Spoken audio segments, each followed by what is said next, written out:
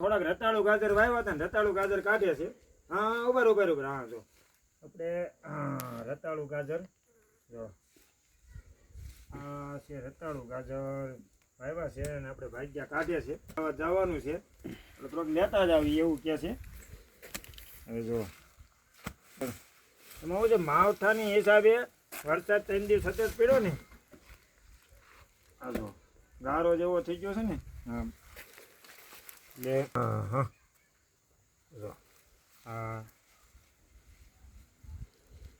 પછી આપણે અમદાવાદ જઈ. હવે તાય એમ રો નથી આપણે નકર અમારે માટલામાં બાફવાનો પ્લાન હતો.